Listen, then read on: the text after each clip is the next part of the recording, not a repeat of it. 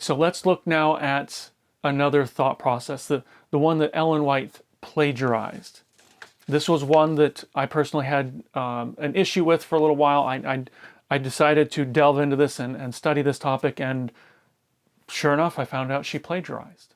So let me give you one example of her plagiarism. Review and Herald, August 6, 1914, paragraph 1. She says, "In him is life that is original, unborrowed, underived life. In him is the fountain of life. In us there is a streamlet from the fountain of life. Our life is something that we receive, something that the giver takes back again to himself." This was plagiarized, and if you track it back, you can track it back from a couple of different writers, but the furthest back you go, it comes back to John Cummings, Sabbath Evening Readings on the New Testament, St. John, page 5, 1856. And from what I remember, this book was actually found in the library of Ellen White. So John Cummings said this. There was a slight difference between what he said and what she said.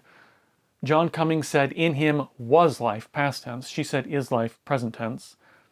But he said, "In him was life," that is, original, unborrowed, underived. In us there is a streamlet from the fountain of life. In him was the fountain of life. Our life is something that we receive, something that the giver takes back again to himself. I want you to notice here that Ellen White clearly copied from someone else, and she didn't give him credit. This was a fairly common thing for her. Does this discredit her as inspired? Now I want you to think about that before you answer.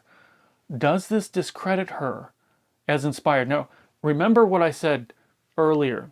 The excuses you use against one prophet, you will end up using against another. Now I want to quote Romans 8:6 for you.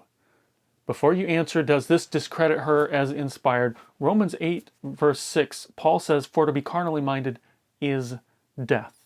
For to be carnally minded is death. Did you know that that is plagiarized? Now, I don't know if it's intentional or not. I have no idea if it's intentional or not. But I know that Plato said to be carnally minded was death. Again, there's that slight difference, which I think is interesting. Is death versus was death. But Plato said to be carnally minded was death. Now, did Paul say in Romans chapter 8 and verse 6 that that came from Plato? No, he didn't. He didn't give credit to it at all. Paul plagiarized. Paul quoted intentionally or unintentionally Plato, again with one difference. Plato said was, past tense, and Paul said is, present tense. Does this mean that Paul wasn't inspired? No, it doesn't. Bottom line is that God inspires thoughts and allows his prophets to portray those thoughts as they wish. If someone else says it better, then the prophets have been known to use those sayings to portray truth. Period.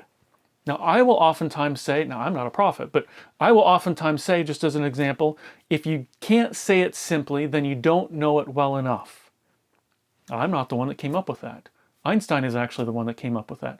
But if I were to make that statement and never quote Einstein, does that statement now all of a sudden become an untruth?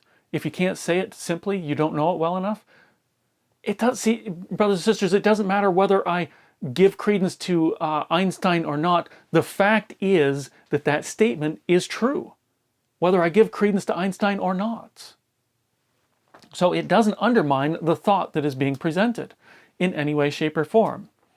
So that doesn't make the statement untrue, nor does the fact that Ellen White plagiarized make her not to be a prophet, because if she's not a prophet, well then Paul isn't a prophet, and a lot of the Bible writers now aren't prophets either, because many of them actually plagiarized and didn't give credit.